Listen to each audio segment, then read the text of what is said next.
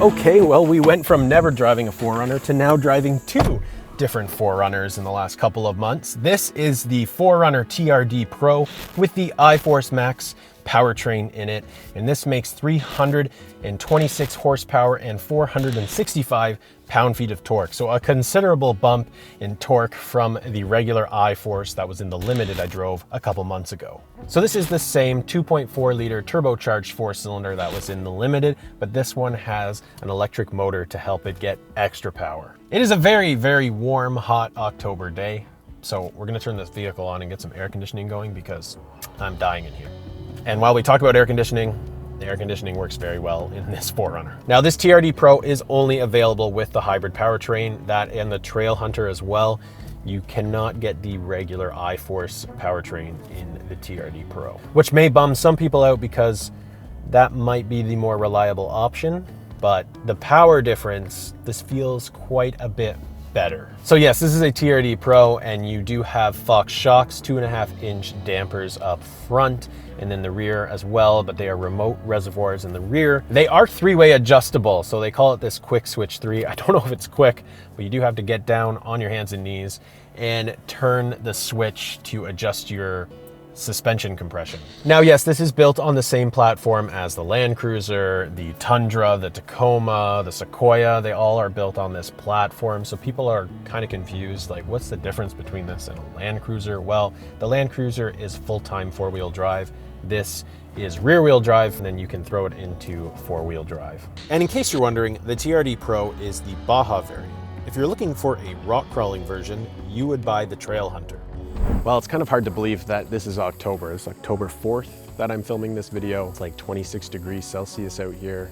It's very warm. When I started this channel, everything was in the rain, and now it's just been full sun for a while. So hopefully we get back to some sort of moody weather, because I always find the videos look a little bit cooler with moody weather. So if you're looking at buying a TRD Pro here in Canada, they start at $83,000. I know, that's insane.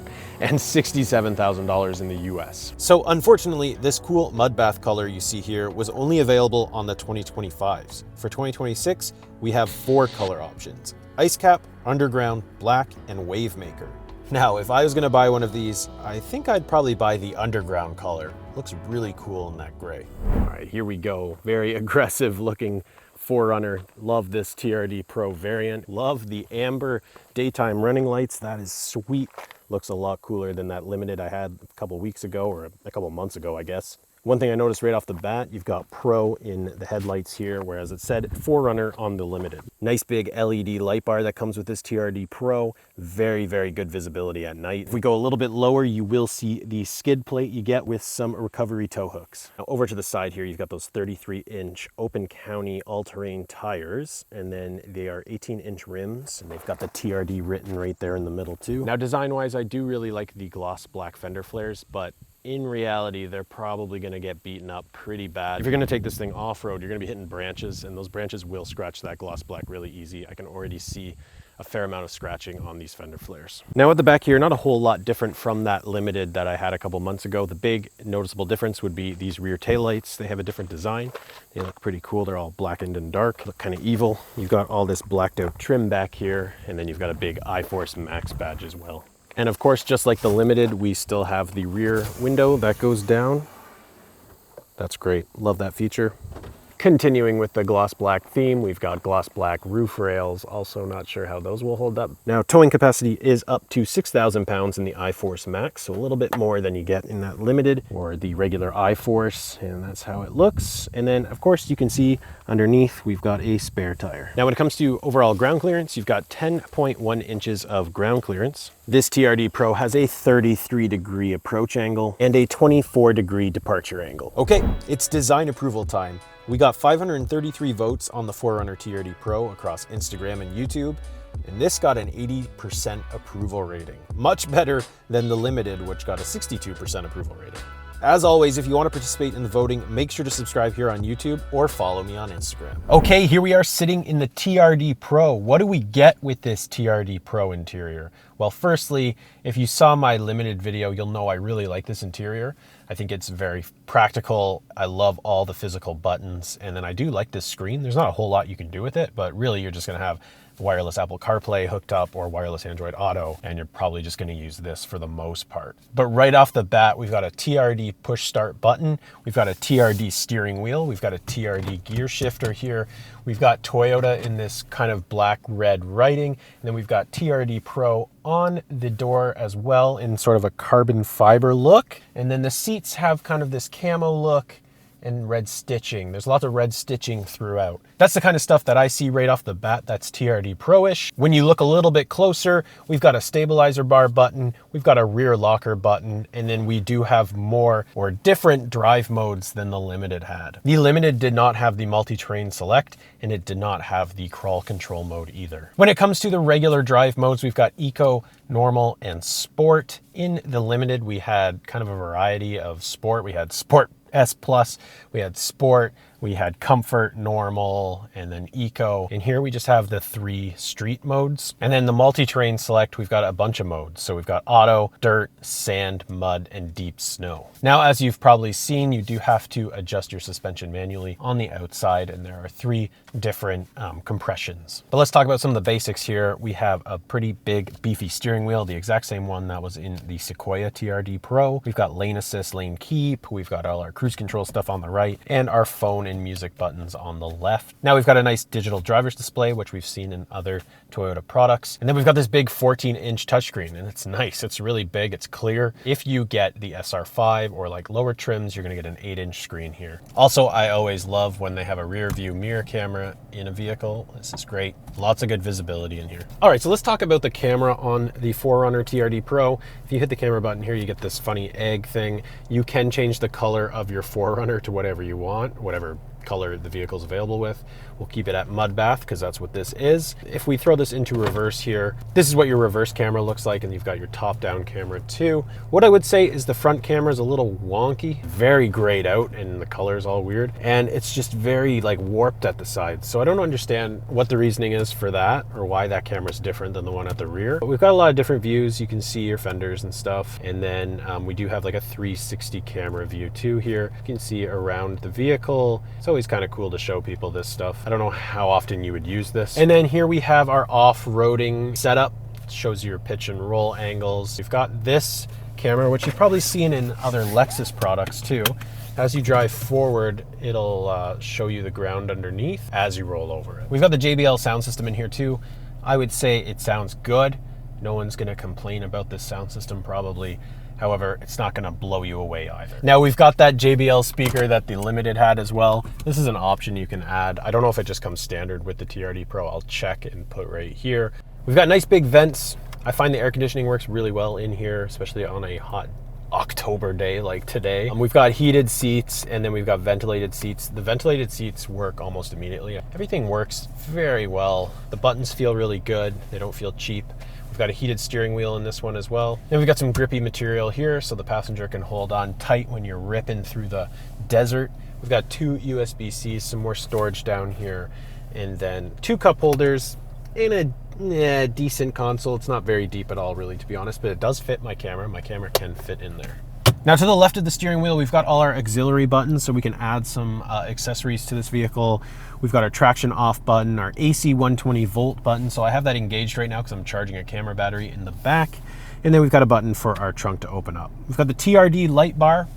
You can only really use the light bar when you got your high beams on. So just make sure that you have your high beams on, and then you can put your light bar on. 2 memory seats in here and a decent amount of storage in the door compartments. We've got enough room for like 3 water bottles for sure. Now up here, we can open our sunroof, and we can also open the rear windshield.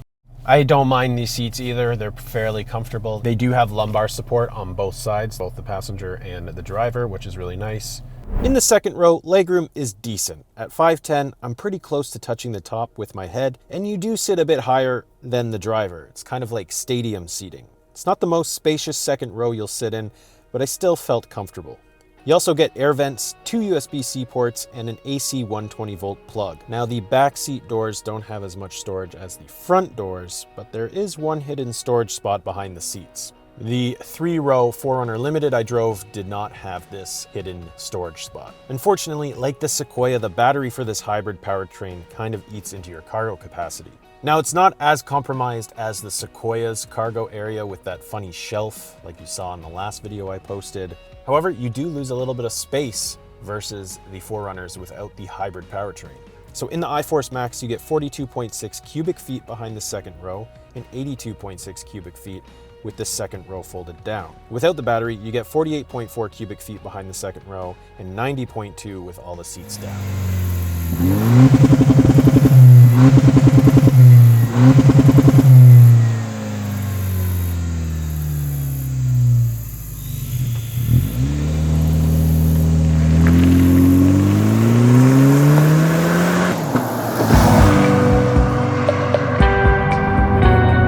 All right, here we are, iForce Max. How does it feel compared to the regular iForce and that Limited I drove a couple months ago? It does feel considerably quicker. I mean, it's got a whole lot more torque in here than the regular iForce. It feels like a good amount of power now. I thought it was adequate in the regular iForce, but after driving this, I would much prefer to have this powertrain, I think.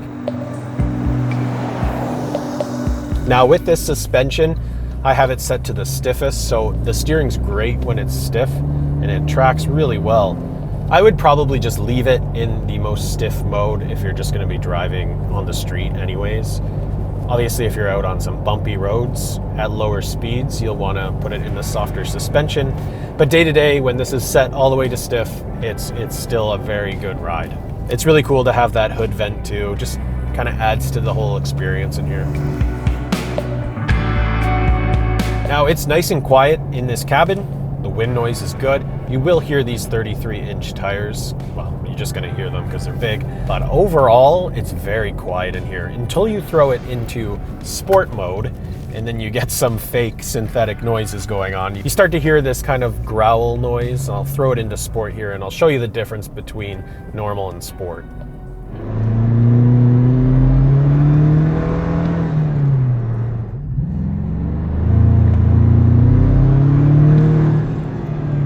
As soon as you flick it to sport, there's more bass in here, but it doesn't sound half bad outside. It's coarse, it's a 4-cylinder, it's not the most refined sound. That Sequoia TRD Pro I had the other week also had this noise in it. The Tundra does it, the Tacoma does it, they all kind of do it.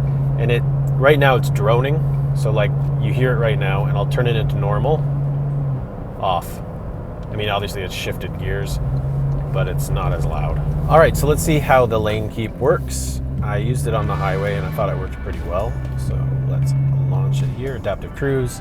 Got a clear line going about 56 kilometers an hour. You can see it is keeping me in the center of the lane, doing a pretty good job here. Okay, so fuel economy definitely matters. This is a hybrid. I'm averaging right now 12.8 liters per 100 kilometers, and I would say throughout the week, a lot of my trips that I've done with this vehicle, 12 liters per 100 kilometers is kind of where I've been. The Limited I had was getting 14 liters per 100 kilometers, but I found out the previous person had been towing with it, so that likely was inflating my numbers there. So the iForce Max powertrain isn't really geared towards fuel efficiency, and there are a lot of factors that will cause different fuel economy numbers between the 4Runner models. For example, the type of tires being run, if you're driving in 4-wheel drive or 2-wheel drive, and so forth. Now, I was pushing the vehicle for this video and not really worrying about how efficient I could be, but according to Toyota, the TRD Pro should be slightly more efficient than the Limited with the iForce. You will probably only notice a difference with the efficiency when driving around the city with the iForce Max. Otherwise, on the highway, they are essentially the same. So we're gonna go off the road here and we're going onto this gravel road because this is the most off-road I can do around here. So we've hit the dirt. You feel those like micro jitters for sure. This is a body-on-frame vehicle. But overall, the suspension's quite nice, even in the stiffest setting. I was driving on these dirt roads earlier today and I had it in the soft setting and it felt a little like rolly. There was quite a bit of body roll and it felt a little uncertain. But now that it's in this stiffer suspension, it tracks way better. This is so much better. You feel a lot more confident on gravel dirt roads when you've got this thing tightened up. All right, so two-wheel drive, traction control off. Yep, you can still do some drifting. Nice. Overall, obviously I'm not doing a whole lot to show you the capability of this TRD Pro. You want to see this thing ripping out in a desert, but I don't have a desert nearby, so these little farm roads are what you're going to get. But what I will say is if you're buying this and you're going to be driving on the street a lot, it's awesome. In conclusion, the drive, in my opinion, is fantastic. It's quick, shifts smoothly, there's lots of torque, it brakes really well. I have no issue whatsoever with how it rides, even in the stiffest setting. It looks terrific, and I really like how the interior is laid out, at least from the front row. And while the powertrain is great, it is also puzzling. For a hybrid, the fuel efficiency is not overly impressive, and the battery takes up a good chunk of space from your cargo area. Now, thankfully, not to the extent of the Sequoia, but it's still a bit annoying to lose cargo space for a battery that's not really improving your fuel efficiency. And yeah, anyways, thanks for watching, and we'll see you soon.